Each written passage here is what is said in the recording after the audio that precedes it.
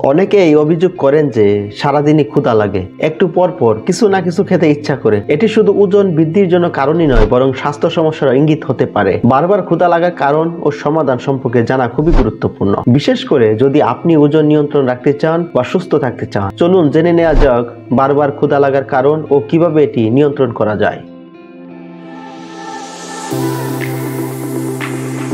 আপনার খাদ্য তালিকায় যদি পরিমিত পরিমাণে প্রোটিন, ফাইবার এবং স্বাস্থ্যকর চর্বি না থাকে, তাহলে দ্রুত ক্ষুধা পেতে পারেন। শর্করাযুক্ত খাবার যেমন ফাস্ট ফুড, মিষ্টি বা সফট ড্রিঙ্কস খেলে রক্তে শর্করা মাত্রা দ্রুত বাড়ে ও দ্রুত কমে যায়, ফলে বারবার ক্ষুধা লাগে।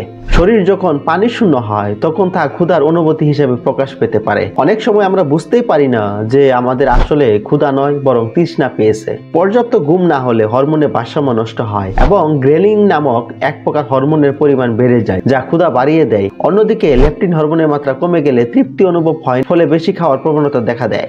স্ট্রেস বা দুশ্চিন্তা থাকলে কর্টিজল হরমোনের ক্ষরণ বেড়ে যায়, যা ক্ষুধার অনুভূতি বাড়াতে পারে। অনেকে মানসিক চাপ কমানোর জন্য অতিরিক্ত খাবার খেয়ে থাকেন, যা স্ট্রেস ইটিং নামে পরিচিত।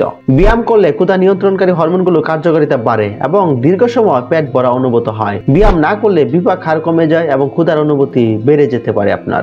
এত গেল ক্ষুধা লাগার কারণ। এখন আলোচনা করব যে কিভাবে ক্ষুধা নিবারণ করা যায় বা আপনি ক্ষুধা নিবারণ করতে পারবেন সহজে। প্রথমেই আপনাকে সঠিক খাবার নির্বাচন করতে হবে, যেমন খাবারে প্রোটিন, ফাইবার ও স্বাস্থ্যকর চর্বি রাখতে হবে। প্রোটিনের জন্য ডিম, মাছ, মুরগি, ডাল, ছোলা বাদাম রাখতে পারেন। ফাইবার বা আঁশের জন্য শাকসবজি, ফল এবং সকালবেলায় চিয়া সিড বা ওটস খেতে পারেন। এবং স্বাস্থ্যকর চর্বির জন্য বাদাম, অলিভ অয়েল, নারিকেল তেল খেতে পারেন।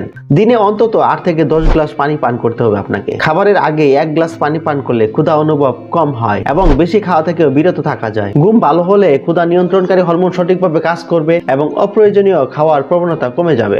যোগ ব্যায়াম, মেডিটেশন বা মন ভালো রাখার কার্যক্রম যেমন বই পড়া হতে পারে, গান শোনা হতে পারে, এগুলো করলে মানসিক চাপ কমে যায় এবং অপ্রয়োজনীয় খাবার খাওয়ার ইচ্ছাও কমে যায়। প্রতিদিন কমপক্ষে আপনাকে 30 মিনিট ব্যায়াম বা হাঁটার অভ্যাস করতে হবে। এতে বিপাক হার বাড়বে, শরীরের শক্তি ধরে রাখা যাবে এবং ক্ষুধা কমে যাবে।